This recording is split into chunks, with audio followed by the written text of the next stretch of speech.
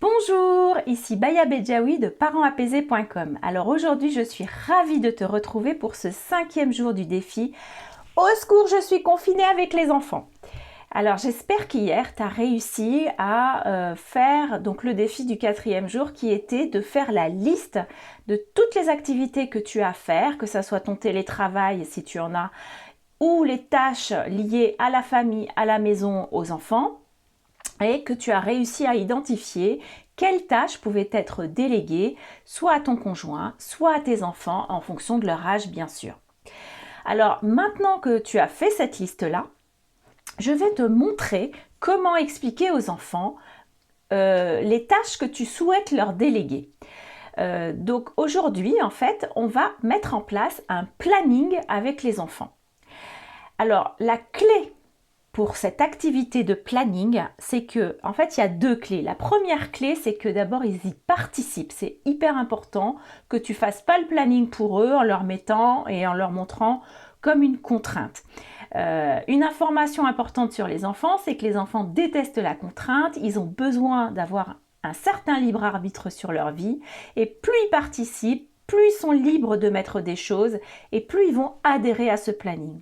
La deuxième clé pour que ce planning fonctionne, c'est que ça reste ludique. Donc, l'activité de création du planning en elle-même, mais aussi ce que tu vas mettre dans le planning. Il doit y avoir des choses ludiques, des choses qui leur plaisent aussi. Alors, vous allez donc vous mettre autour d'une table. Si les enfants savent écrire, vous pouvez prendre une belle feuille, des feutres, des autocollants, des choses vraiment pour que ça fasse une activité créative sympa.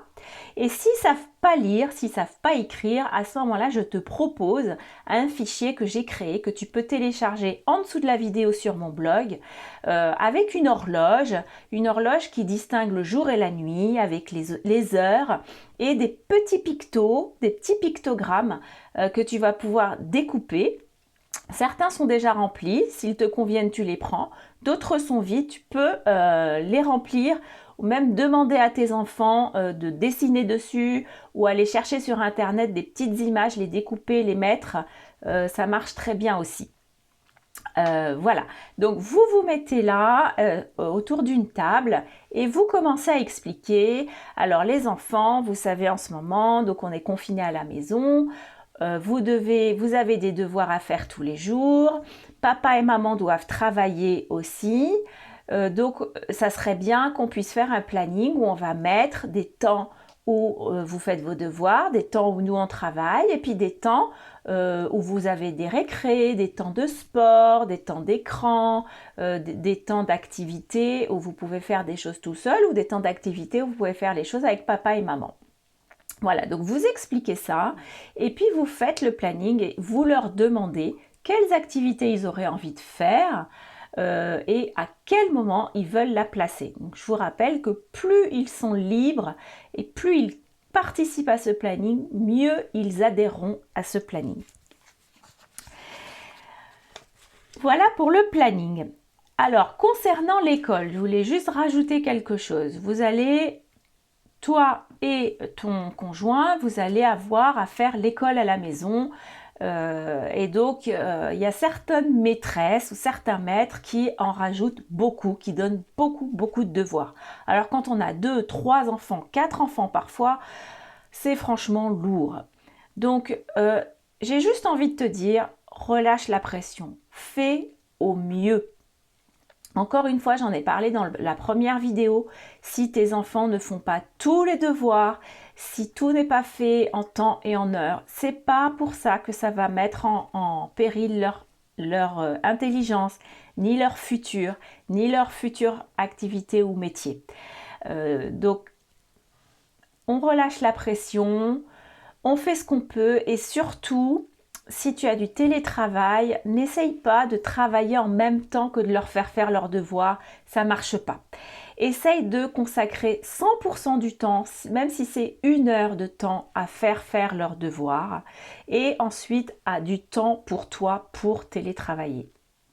Et encore une fois, ne te bagarre pas avec tes enfants, ça fait monter le stress et le stress c'est mauvais pour la santé, c'est mauvais pour l'immunité. restons cool.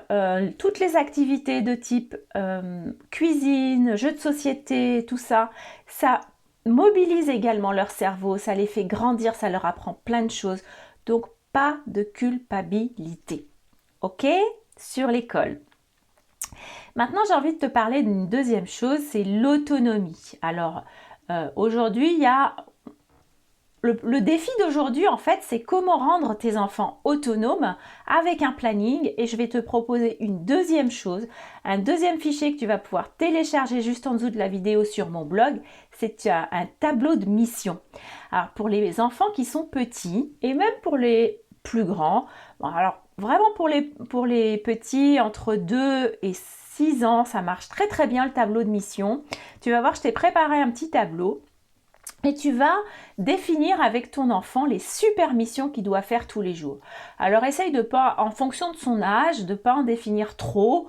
S'il est vraiment petit, on peut en mettre 2, 3. S'il est grand, on peut en mettre 4, 5. Tu vas voir, je t'ai proposé aussi des petits pictogrammes avec plein de petites missions. Ça peut être apprendre à aller aux toilettes tout seul, ça peut être apprendre à se brosser les dents tout seul, à mettre une fois qu'il est habillé, à mettre son pyjama sous son oreiller, à ranger ses chaussures, à passer le balai. Enfin, voilà, je te propose un certain nombre de pictogrammes que tu vas coller et s'il y en a qui ne correspondent pas à ce que tu veux, tu peux très bien aller chercher sur Internet et trouver des petites images et coller. Encore une fois, c'est une activité que tu peux faire avec ton enfant.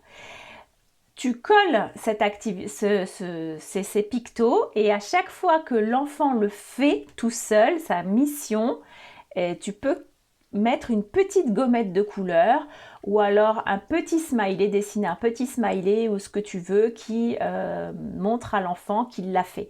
Alors c'est encore mieux, en général, l'enfant est super content de coller lui-même la gommette ou de dessiner lui-même le smiley quand il a fait sa mission, quand il a accompli sa mission. Donc c'est important de garder aussi un vocabulaire positif, ludique, de dire c'est des missions, une mission de super-héros. Enfin voilà, je te laisse imaginer avec lui ou avec elle comment vous pouvez faire ce tableau de mission et comment vous allez pouvoir le mettre en place.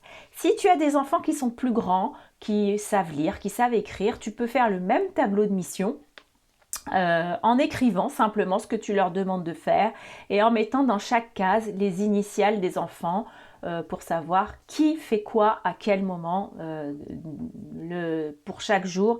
Et si tu veux, tu peux même diviser les colonnes des jours en créneaux horaires pour voir ce qu'ils peuvent faire comme mission, comme mettre la table, débarrasser, passer le balai et ce que tu veux en fonction de leur âge. Voilà. Bon ben je te laisse maintenant avec ce défi là pour autonomiser tes enfants. Si c'est vraiment le moment en ce moment de leur apprendre l'autonomie, de leur apprendre à faire des choses tout seul. Et tu verras, au début c'est un petit peu compliqué et puis au fur et à mesure ils vont prendre l'habitude et ça va être de plus en plus fluide, de plus en plus facile. Je t'envoie plein de courage, plein de belles ondes et plein de bisous et je te dis à demain pour un nouveau défi.